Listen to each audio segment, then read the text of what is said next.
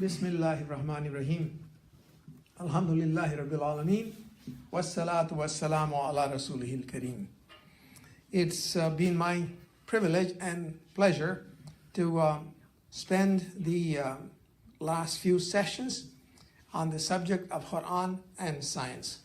This is a distinguished group of authors, doctors, engineers, well respected in the community. And it's always good to have a small group.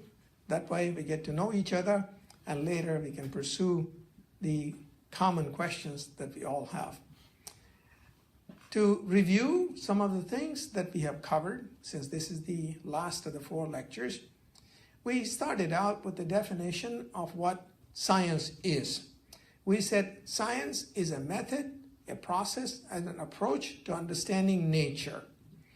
And we also defined some of the other terminology that causes people confusion.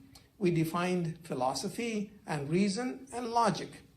Logic is what enables a set of principles to be consistent, consistency. The structure that governs the universe is logical, and we are a part of the universe, and therefore when we relate to it, it's logic. Reason is the application of logic. And philosophy is the application of reason to understand the universe. Science, on the other hand, is different. Science is not the same as philosophy. Because whereas philosophy is top-down, namely it starts with a thesis, a presupposition, and deduces from it, that is top-down. Science, on the other hand, starts bottom-up. It looks at nature, the behavior of nature. Then it builds models using reason and then tests it out in the laboratory or out in nature. And then from that, it builds a complex structure of understanding nature. Science is different from philosophy. We also try to understand the tree of knowledge, because so much of the confusion that people have about science, its place and its relationship with faith, has to do with a proper understanding of what knowledge itself is. We define the tree of knowledge. We said there is, if you can imagine, the trunk of the tree of knowledge, which is ilm al-laduni, that comes to us from Allah subhanahu wa ta'ala, that has been revealed through the prophets. And it has 2 major branches, ilm al-ibara and ilm al-ishara. Ilm al-ibara is that which can be transmitted by writing or through verbal communication. It includes physics and chemistry and biology and medicine and engineering and logic and all the disciplines that we go to school to learn and make a good living. That's all ilm al-ibara. Ilm al-ishara is knowledge that is there that cannot be verbalized. An example is love. Now you can talk about love, you can look at movies, that's not love. Love is a characteristic of the heart. We did that. We also said Allah subhanahu wa ta'ala in the Qur'an has asked us to look at nature and draw lessons from it so that we get close to Him. Allah has revealed His signs in 3 different ways. We quoted from the Qur'an. That's the ayah. سَنُرِيهِمْ آيَاتِنَا فِي الْآفَاقِ وَفِي أَنفُسِهِمْ حَتَّى يَتَبَيَّنَ لَهُمُ الْحَقُّ. We have showed them signs on the horizon and within their own selves until it's clear to them, certain to them that it is the truth. The search for the truth can be pursued, can be internalized, either by studying the signs on the horizon or the signs within oneself, signs within the soul. Now, what I want to do in this session, in this sohbet, is to address the issue that bothers so many Muslims. Why was it that the scientific revolution did not take place in the world of Islam? And what we'll do is to touch on the major events, major developments intellectual, social, military, economic, all of these developments that have contributed to the marginalization of Muslims in the scientific sphere. That when we pursue that, we will see in the process how it relates to the question of science and faith. Summarily, before we go on to the details of it, because sometimes the discussions can get to be rather complex. Summarily, nature is a creation of Allah subhanahu wa ta'ala. So are we. We are a part of nature. Nature has a certain structure associated with it. And we can relate to that structure through reason. Reason is a very noble faculty. The most noble faculty in all of Allah's creation except for the heart. And then Allah subhanahu wa ta'ala also teaches us lessons through our own interactions, history, what other people have done before us. For instance, in the Qur'an, there is a great deal of description about Bani Israel, or the people of Ad, or the people of the Pharaoh. All of these events, all of these people indeed become our teachers. So we don't look down upon them. We learn from what they did and did not do. The mistakes they did become lessons for us. That's the way, that's the spirit in which we have to approach the Quran. Now, why was it that the scientific revolution did not take place in Islam? Number one was the very bruising altercation, if you would, the tug of war, if you would, between faith and reason, which continues even to this day. Even modern man is involved with the same arguments. What comes before? What comes later? The chicken or the egg? The theory of evolution is one example of it. We covered it in one of our sessions. The bruising altercation, the confrontation between philosophy and science in the world of Islam. Very briefly, we have covered that in the 8th century, when the Muslims came in contact with the rational method of the Greeks, they loved it. They said, this is great. They internalized it, starting with the... So, when we study the Quran, and especially if we have the audacity to sit down and attempt to translate the Quran, there are so many disciplines that we should know. Unfortunately, most people, when they embark on that kind of an effort, the first thing they say is, you should know Arabic. There's no question about it. You should know Arabic. But the Quran defines the requirements at the very outset. The Quran says, Alif Lam Mim, ذَلِكَ الْكِتَابُ لَا رَيْبَ فِيهِ هُدًى لِلْمُتَّقِينَ الَّذِينَ يُؤْمِنُونَ بِالْغَيْبِ وَيُقِيمُونَ الصَّلَاةَ وَمِمَّا رَزَقْنَاهُمْ يُنْفِقُونَ. Allah subhanahu wa ta'ala says, this is a book of hidayah. For whom? People with taqwa. That's the first requirement for studying the Quran is consciousness of the presence of Allah subhanahu wa ta'ala. Fear of Allah, love of Allah. That is the first requirement. Taqwa, the heart. You come to a well with an empty pot so that you can fill it with water. But if you approach it with your mind as if it's another book of dissertation or something like that, you miss it. That's the first requirement. And the second requirement is yu'minuna bil ghaib. That is faith in what is not manifest to you, what is hidden from you, what is beyond your perception. That's the second requirement.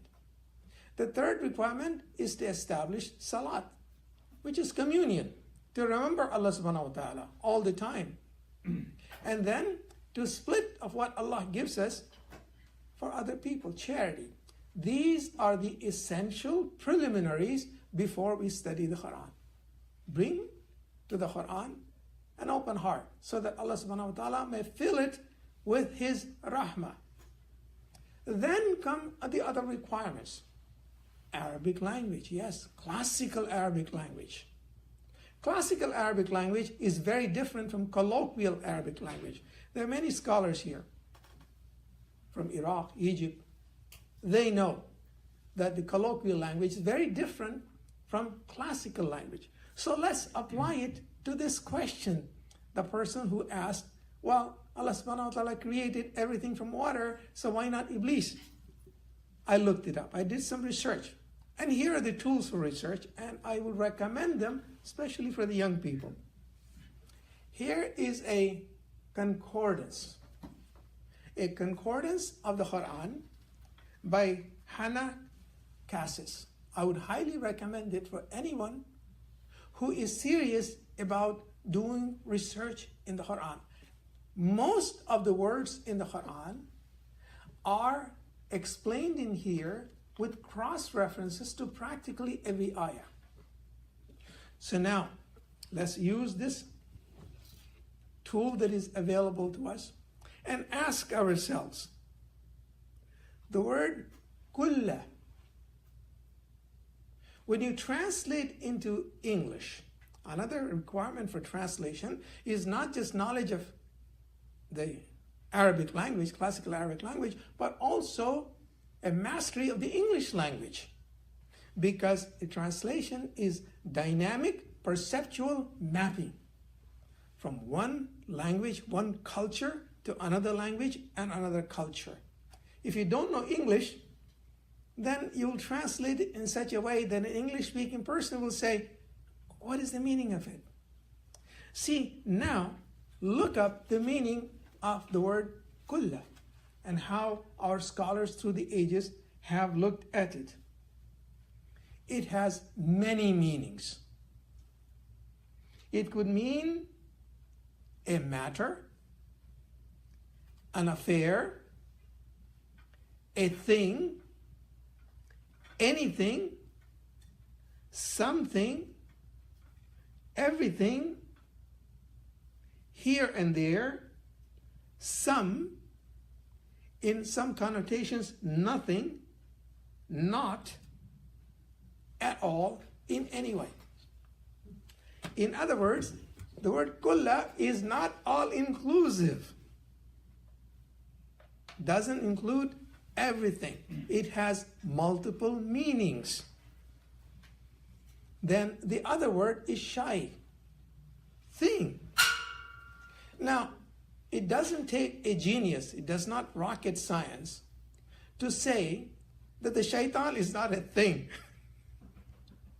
Shaitan is made of something different. All we know is that he is energy. If it was a thing, it would like form like us. If we take a scientific approach, since this is a conversation about science and the Quran, these days we don't talk about time, space. That's passé, that's old language. We talk about matter and energy. M and E, that's what we talk about. So where does shaitan fill into the picture? Is he a shy? So you see, when we look up the meaning of shy in here also, you'll find that shaitan is not a thing. And the word kulla is not all-inclusive. So that people who ask that question, how come shaitan is not made of water, they have not studied the Quran. It's just another occasion for them to ask a question who somehow, in their opinion, allows them to say, well, ha ha ha, I found something in here that is not consistent with reason. Are you with me? Did you understand that? In other words, when you read the Quran, you must understand the many multiple meanings of it. It's like looking at a gem which has infinite number of dimensions, and some people look at it from different angles and get the light reflected.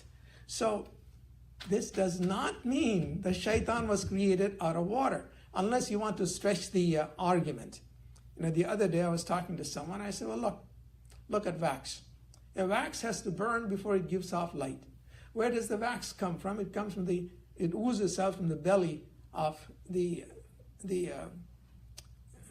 bee. And where does that come from? It comes from a flower. And where does the flower come from? Flower comes from water. So if you want to take that kind of but that's not science. That's a roundabout argument. Classical Arabic requires us to slow down. This is what I have emphasized in my presentations to people. People say, well, today I'm going to read the entire Quran. Alhamdulillah, some people can do that. But for most of us, we must pause at every hurf. Every hurf is an ocean. And think about the multiple meanings of it to derive the maximum benefit out of it. And the maximum benefit comes from the grace of Allah subhanahu wa ta'ala. You're with me? Quran. Okay, now and there were a few other questions too. There was another question from our good sister about the assumptions of science. Nice. Common knowledge, we all have studied Newton's second law of motion, F equals ma. We all know that. Whether we build a bicycle, a truck, or a rocket ship, or a satellite, we use Newton's laws of motion.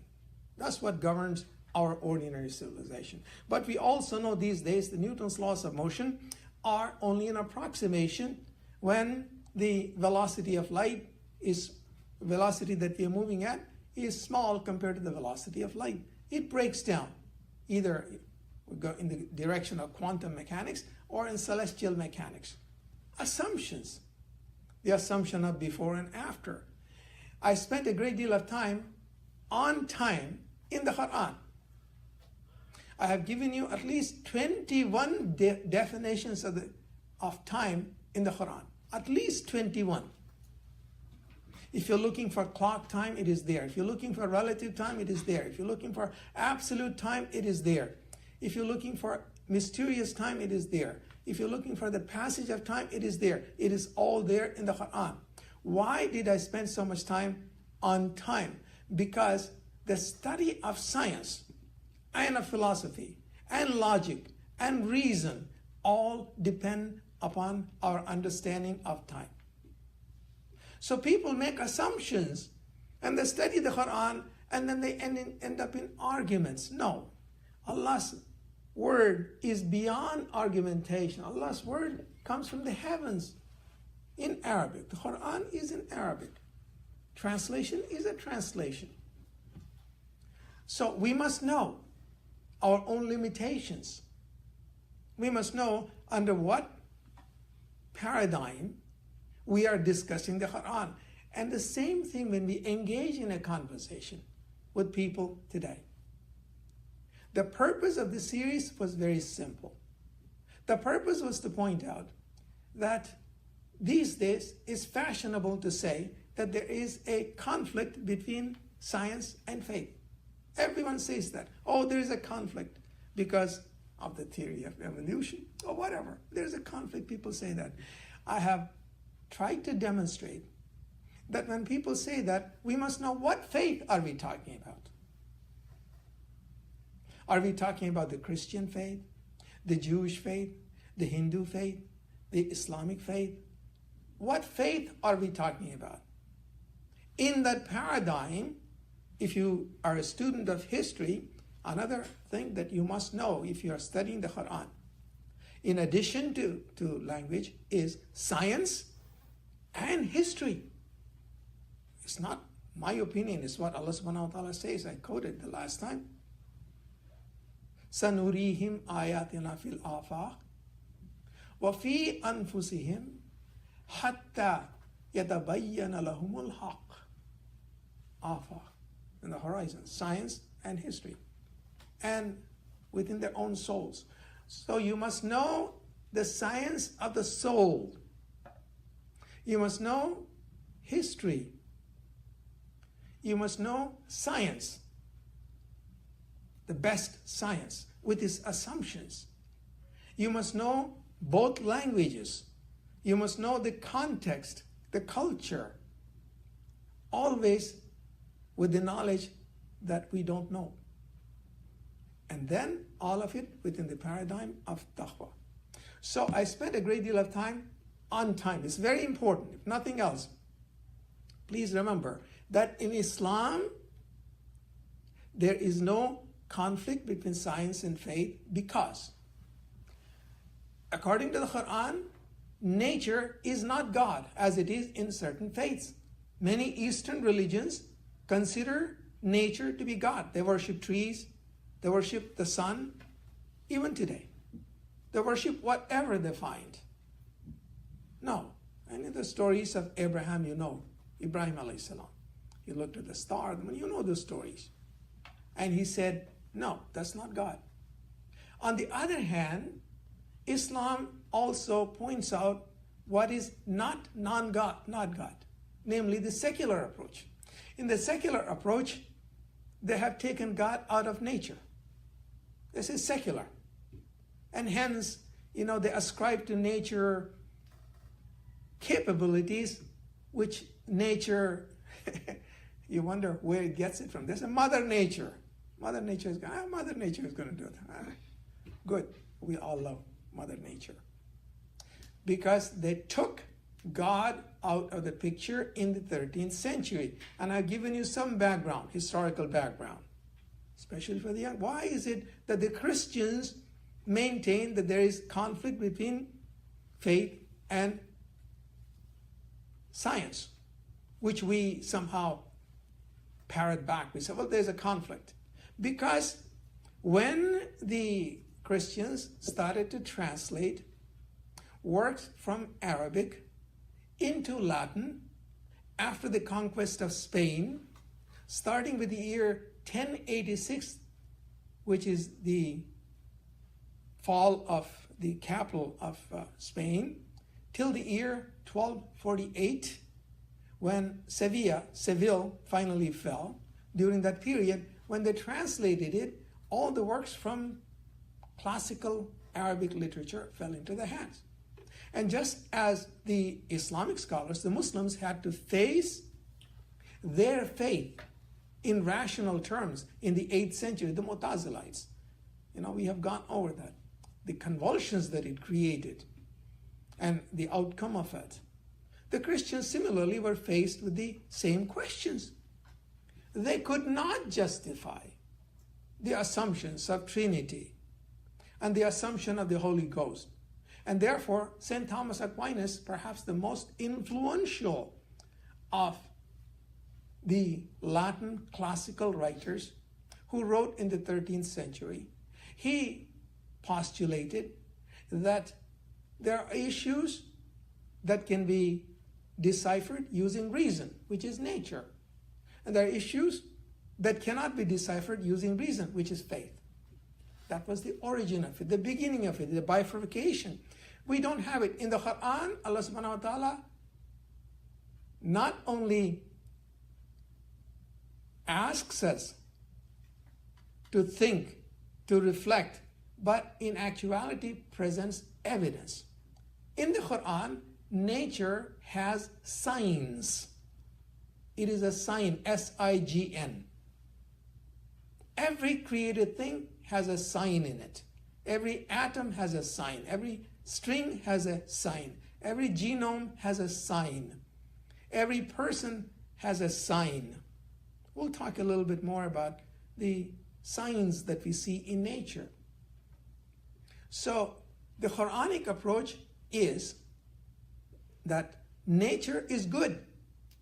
It has been created, number one, to reinforce faith. La ilaha illallah, the central theme of the Quran, which is Tawheed, La ilaha illallah, points to La ilaha illallah. Every atom points to it. Every young person must become a great scientist. Study nature. Ask yourself, how does it happen? What is the sign in here? Let's get a Nobel Prize here, or 2, or 10. And I'll point out next week what happened to the Muslims. They stopped asking. So it is a sign from Allah subhanahu wa ta'ala. Similarly, history, what we do as human beings, how we build civilizations, how we destroy ourselves, is also a sign. Why does Allah subhanahu wa ta'ala offer the example of Bani Israel again and again? Not to put them down. That's the wrong way. The problem with Muslims has been that The Quran, first of all, people stopped studying. They started listening to mullahs. They stopped studying. They don't study the Quran. They listen to mullahs. And these mullahs do not have, some of them are great, they're alims, but many of them do not have all of these capabilities in addition to taqwa and belief in ilm al-ghaib and the prayer and charity, command of not just the classical Arabic language, but command of the English language or whatever language, it was Farsi or Pashto or Urdu or Malay, doesn't matter. And then on top of it, a knowledge of science and a knowledge of history. So an interpretation of the history of Bani Israel is not that Allah condemns them, which that's a different issue. They become our teachers. That history teaches us something about what to do and what not to do. We learn, that's a sign. What is the sign in history? What can we learn from it? That's the important lesson. That's the way to study the Quran. Every ayah in the Quran is a sign. By definition, it is a sign. I don't have to translate that. We know that. Ayah means a sign. So you read an ayah, it's an arrow. It arrow to la ilaha illallah. So you see, when people say there's conflict between science and religion, not in my faith. I don't have that conflict. To me, science is good. To me, science offers the signs through which I can reinforce my faith in la ilaha illallah, through which I can learn. So it would behoove Muslims to study nature, to become great scientists, to ask, to study history, become great historians, ask to become great sociologists, ask to build great societies and civilizations, ask. Allah teaches us what to do and what not to do, guidance from the Quran. The Quran is not a book of science. Don't try to prove something or disprove something using the Quran. No. The Quran is a book of hidayah. It's a book of guidance. هُدًى لِلْمُتَّقِينَ الَّذِينَ يُؤْمِنُونَ بِالْغَيْبِ. It is a book of guidance. Guidance of what? Guidance towards La ilaha illallah. Simple. The Quran is a simple book, but at the same time, it's very complex. So I want you, the young people, to go back at least with that clear understanding of the place of science in Islam, how important it is. Because I quoted from the Quran the last time, Allah subhanahu wa ta'ala invokes aql, which is reason, fikr, which is ponderance, the ability to think and process, the ability to see, which is the basis of science, and for what purpose? To know the grace of Allah subhanahu wa ta'ala. Very important. Now, let's go on and ask ourselves, in the midst of all this confusion, see, I can make it as easy, these lectures, as possible, but I want you to think about things ordinarily that are not presented. So the question before us is, if science is so obvious, is there, why did the Muslims fall behind? I will cover that next week. But how does science fit into the scheme of things? And for that, I want you to walk with me one step beyond what usually we do. Namely, look at not just knowledge, but the knowledge of knowledge. What is knowledge? Where does it come from? And in summary, knowledge can be classified into 3 different classes, summarily. The first one is ilm al-laduni. That's from the Quran. Nothing of what I'm saying is from me. If it is in the Quran, accept it. If it's not in the Quran, It's doctor's opinion. That's different. Ilm al-laduni, that which is revealed through the prophets. Jibreel alayhi salam comes to the Prophet and he says, Iqra. The Prophet says, I cannot read. And I have heard so many different lectures. Read, that means the Prophet was unlettered. True. Alhamdulillah, that's one interpretation.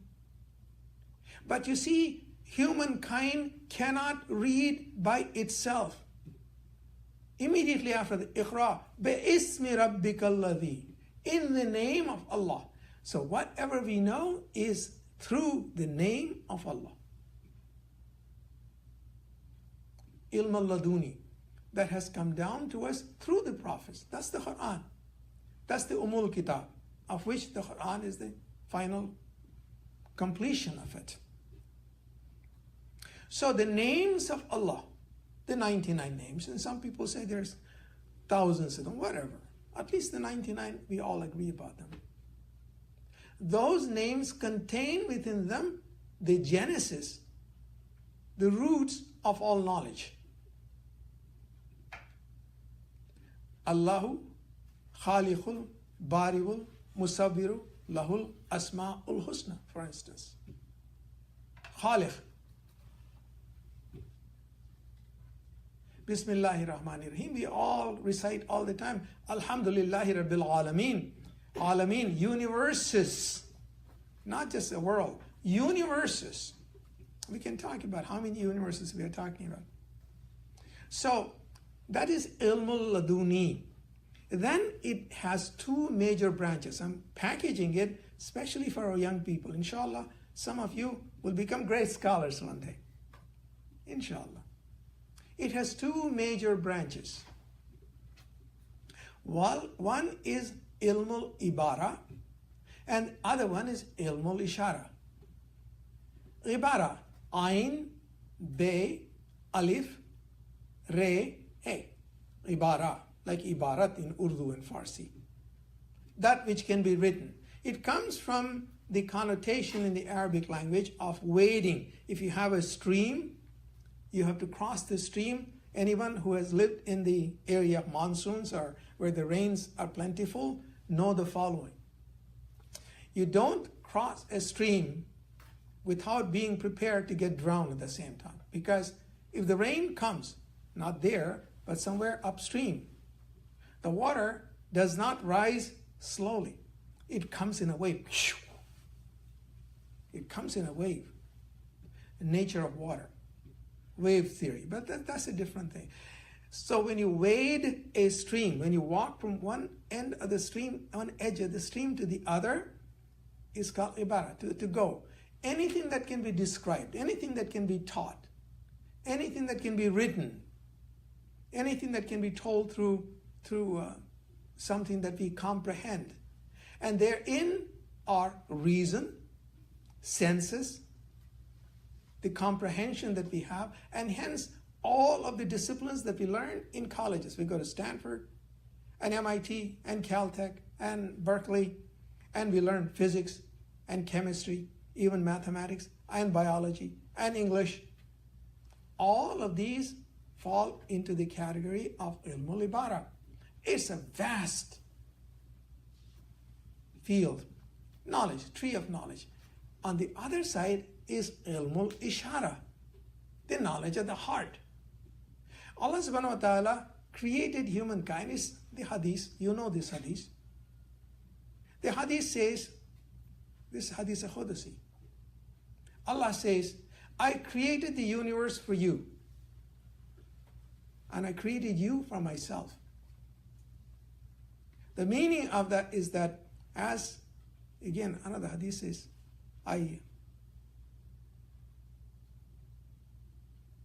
the heavens and the mountains and the earth were not large enough to contain me. That's the Quran, isn't it?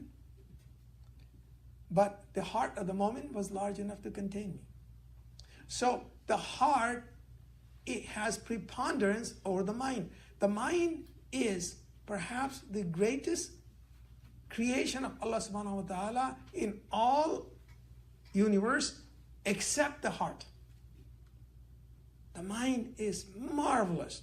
That little small cerebellum that we have, the neurons that we have, it is a marvelous creation. Reason, logic, philosophy, learning, all of them are here in the brain, except the heart. Why the heart? Because it is the repository of ilmul ishara. That which cannot be described. How do you describe love? I'll tell you a story. Again, stories communicate things that good lectures cannot. You know the story of Layla Majnun, right? Yes or no? If not, I'll tell you the story too. No? Yes? You don't? Oh my goodness. See, Layla Majnun is a famous story. There are other similar stories in different languages, Heer Ranjha, etc., etc. In other words, a lover and the beloved. Layla is in love.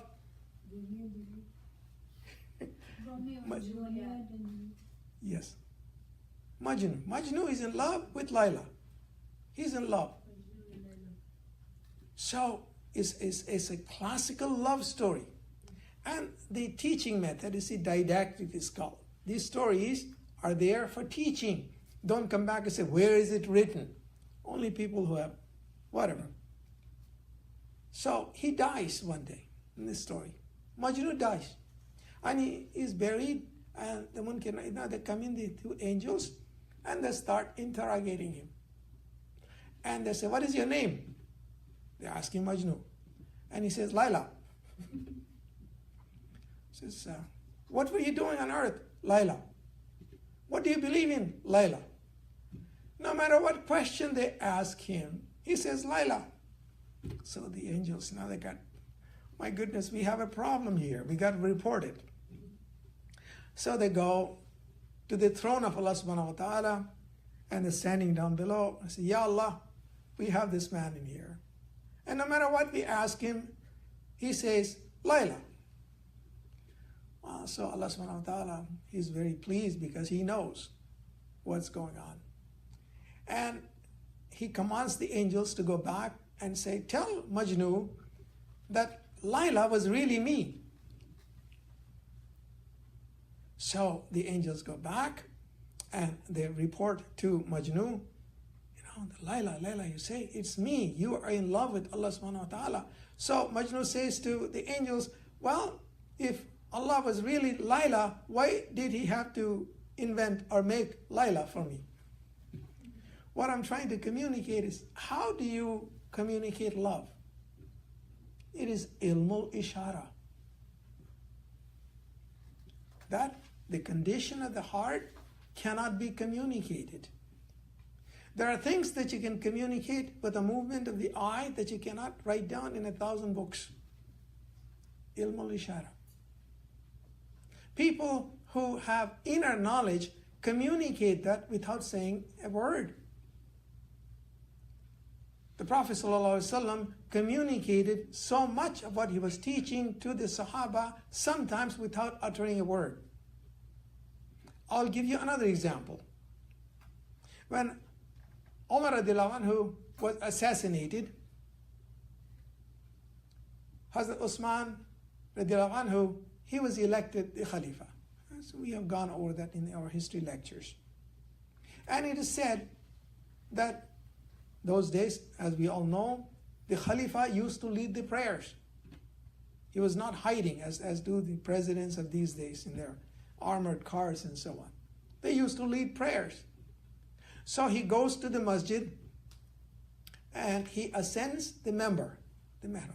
He stands there. And he is so overcome with emotions, they say he stands up, he looked, he wept, and they wept. And he sits down. Then the second time he stands up, he looks, and he weeps, and they weep, and he sits down. Third time, he stands up, he looks, he weeps, and he sits down. This is immediately after they have buried Hazrat Umar radiallahu anhu. In that moment, what was transmitted? You cannot write a big book describing what was transmitted through those tears. Why do we cry?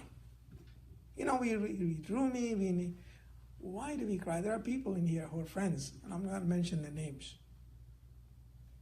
They cry. Why do we cry? And can you write that down on a piece of, if you ask a chemist, he will come in and take a sample of the tears and you take it to the lab. So it consists of this kind of acid. There are chemists in here. I'm not a chemist. Or it contains this acid, this acid, this acid, this acid. Where in the acid is what is going on through your heart. Mulishara. So you see, that is the tree of knowledge that is consistent with the Qur'an. All of it is in the Qur'an. When we study the Qur'an, we should approach it with an open heart so that we take in the vibrations of ilmul ishara as well as ilmul ibara, keeping in mind that all of it comes from ilmul laduni. Then we ascend the tree of knowledge. Are you with me? Yes. Good. Very good. Alhamdulillah. So you see, when we then go on and study the Quran with the lens of, let's say, science, and ask ourselves, well, let me now do some research. As I shared with you in the khutbah, there are many different ways of studying the Quran. All of them, alhamdulillah, are good. If you want to study it thematically as a scientist, and if you want it, I will give you a translation of the Quran, as I did it, in word format, so you can do all the search you want. I want you to learn. And let's ask ourselves, what does the Quran teach us about human creation? And this is probably a good time to make a few comments about the theory of evolution. Now, here are the good things about the theory of evolution. The good things about the theory of evolution are that it appears to be a logical one. It is supported by some facts. It appears to be consistent. It appears to give answers to so many questions that people have. However, it does not answer the critical questions. What are the critical questions? Not just the theory of evolution, but ilmul ibara in general, what we call positivistic knowledge, what we call scientific knowledge, cannot and does not answer the question of the beginning and the end. Allahu awwal wal akhir. Allah is the beginning and the end. No matter which logic you take, it ultimately leads you to an impasse. Where does it come from? And let me elaborate. We have blown to pieces the assumptions of time. We have looked at 21, at least, definitions of time. We take the position that something happens after something else. We know now from quantum mechanics and our study of time that we live in a space-time trough.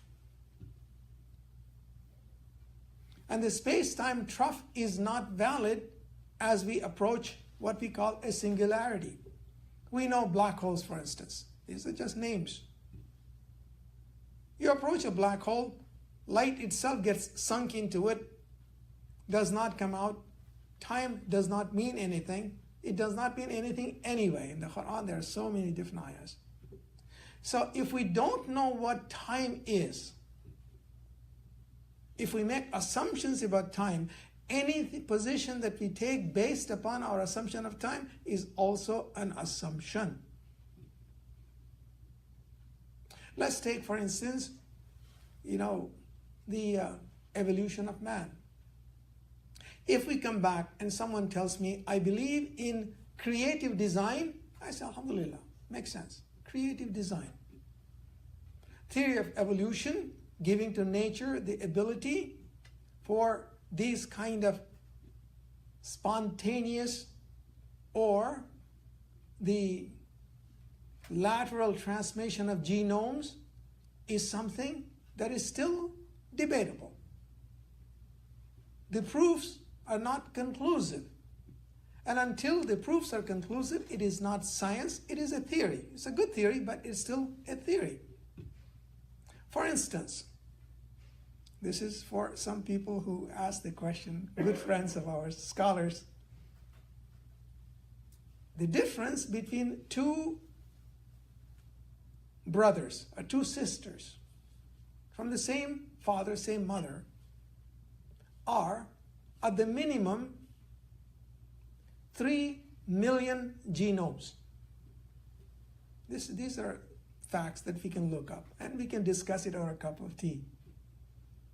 The difference between any of us here, brothers and sisters that we are, young, old, and so on, any of us, we are human beings, there's no question about that. At least 30 million genomes. And then the difference between us and the chimpanzees, so many more million genomes.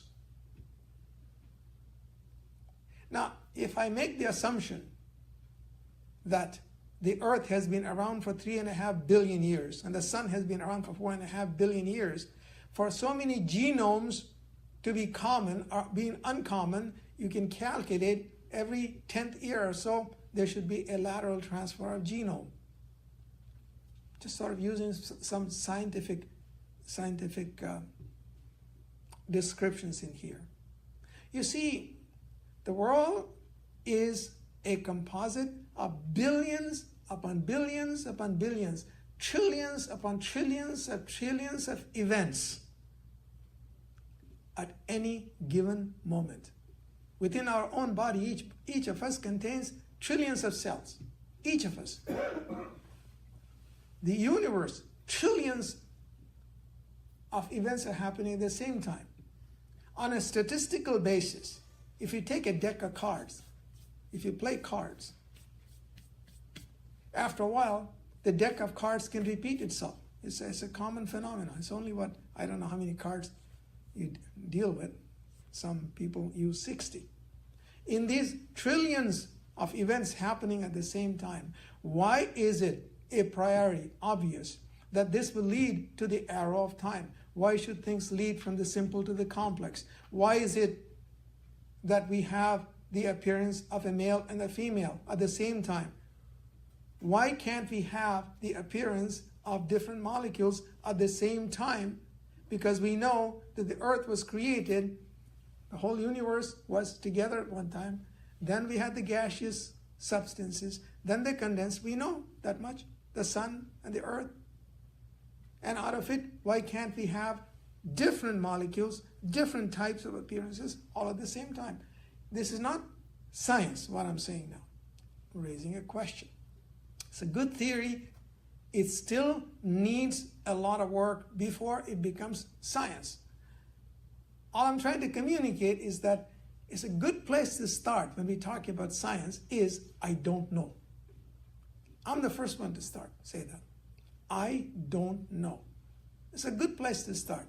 You ask me about science, first thing to say is, Allah help me, I don't know. Don't know.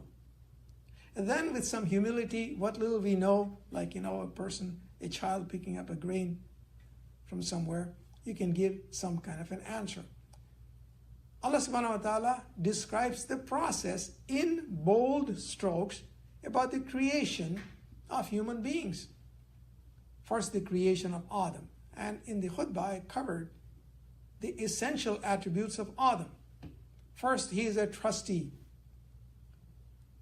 Second, he has knowledge. Third, he has the ability to make a decision, choice. Fourth, he goofs it up, he makes errors. Fifth, he turns towards Allah subhanahu wa ta'ala and is forgiven. And sixth, he is always in the company of shaitan. These are attributes. Any theory that bypasses these fundamental questions about who we are bypasses the fundamental questions. We must first define what constitutes human beings, what makes us human. That's what prompted me 40 years ago to write this book. What makes us human? We must first define it, then go looking for it. So my submission with my limited knowledge, with my ignorance, is that it's a good theory. However, it is not science. And we also then have to distinguish between nature and human beings. There are big differences. In any case, just my submission for your consideration. Anything in the Quran about the creation of human beings, all the way from conception in our mother's wombs, may Allah subhanahu wa ta'ala bless our mothers. May Allah bless our mothers. May Allah bless our mothers. From the moment of conception until the moment of death, it gives us a process. Is that consistent with what we know of science? Yes, it is. There is nothing in the Quran that science does not say it is consistent with. And I brought that book the last time, Maurice Bukai. He has examined the issue. So when you read the Quran from science, summary of today's presentation, in addition to what we have learned so far, is the following. Number one, when somebody says there's a conflict between science and religion, it is in his faith. For me, there isn't. Why? Because Allah tells me that nature and history are signs. For what purpose? So I say La ilaha illallah and discharge my responsibility. مَا خَلَقْتُ الْجِنَّ وَالْإِنسِ إِلَّا لِيَعْبُدُونَ. That's my responsibility, to serve Allah, to worship Him. Secondly, I repeat, I've blown to pieces theories based upon a fixed concept of time. People who don't know what time is take positions, hard positions, and they fight over it. Not true. Third, knowledge is a gift from Allah subhanahu wa ta'ala. It cannot be taken away. It cannot be stolen. It cannot be passed on from father to son like we pass on a piece of paper, or stocks, or money. No, it's a gift from Allah. He gives it to whom He pleases. And Allah gives us a description of the knowledge of knowledges. Ilmul laduni, ilmul ibara, and ilmul ishara. All of them are important. Physics is important. Chemistry is important. Biology is important. Mathematics is important. Be great scientists. Ask and learn. Ask and learn.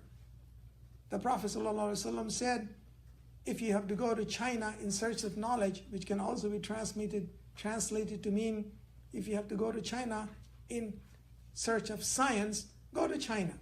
I use the word science because what did China have to offer at the time of the Prophet? They were disbelievers, but they had technology. They had the technology for printing, paper making, which was also made in Egypt, the papyrus, but the Chinese also had it. Making tea, they had an idea of hygiene. Their technologies. To learn, go there. There is no such thing as Christian science, Jewish science, Hindu science, Sikh science, Muslim science. No, Allah subhanahu wa ta'ala does not distinguish between one or the other as far as nature is concerned. It is open to everybody, open book. So study it. Be great scientists within the paradigm of the Quran. It's all in here. Conclusion. Quran. Study it. Make it your own. Let it be your guide, inshallah. I'll take a few questions today, inshallah. Or learn from you, more importantly. This is for you. I'll pick it up. Okay, sure. Comments? Brother Al-Jaburi, you asked the last question, so today I'll listen to you. Did I answer the question? Yes, except the fact that the shape could mean animate and inanimate. That's right. So the definition concerning the shaitan, we don't know the nature of shaitan. It is just an idea, and it is among ilm al-ghayb, it's something that we presume something about. So from that point of view, you are right. The word kulla will, take care of that. So maybe there is the answer to it. Alhamdulillah. Sir, so happy to have you back here. When did you come back and how are things? Any comments? You come back with a lot of wisdom because you're traveling a lot. I had something, I was reading something else, and something that's been troubling me is this whole concept of the soul. Concept of the soul. Of the soul, and is believed by every religion, everywhere, that it is immortal, it goes on, etc., etc., etc. So what is the science, what is science's view on this? Well, first of all, I have covered it in some of my khutbahs. We must use Quranic terminology. The closest term in the Quran to soul would be nafs. But a nafs is a broad term. It could mean a person, an individual, or it could mean the self. In the sense that you're asking the question, it means the self. The nafs is not a single term. It's a composite term. It's like saying a house. A house consists of the entrance, the common area where we receive people. There's the kitchen, and there are the bedrooms, the private areas, and there's the nafs is that way. A nafs consists of the following. It does include, when we say nafs, it does include the body, about which there is a great mystery. The body is the body is a highly mysterious thing. We'll talk about scientifically. It includes the mind. It includes the heart, of which there are multiple layers in the Quran, all the way from sadr to the qalb to the, well, I'm forgetting the terminology, but there are multiple layers of it. Allahu Akbar. Allahu Akbar. Allahu Akbar. أشهد أن لا إله إلا الله أشهد أن لا إله إلا الله أشهد أن محمدا رسول الله أشهد أن محمدا رسول الله حي على الصلاة حي على الصلاة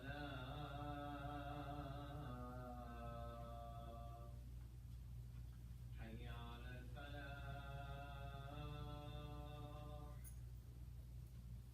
حي على الفلاح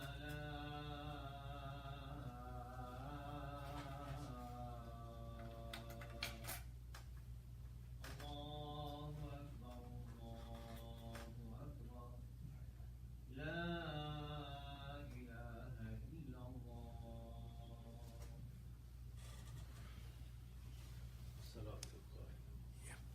Very briefly, in 30 seconds, the other two terms that I was searching for are fuwad and bir. These are the four levels of the qalb, or the heart. And then we have the ruh. Each of them is a al-ism, which in Arabic has three connotations. It's a name, an adjective, and an adverb. About the ruh, we cannot talk much. We don't know much. It's the spirit. But about the nafs, there's plenty of literature in the Quran. Inshallah, we'll discuss it. The Islamic literature is very rich in the description of the inner attributes of human beings. The nafs, it embraces ilmul ibara, ilmul ishara, and ilmul laduni. Very complex term. Good question.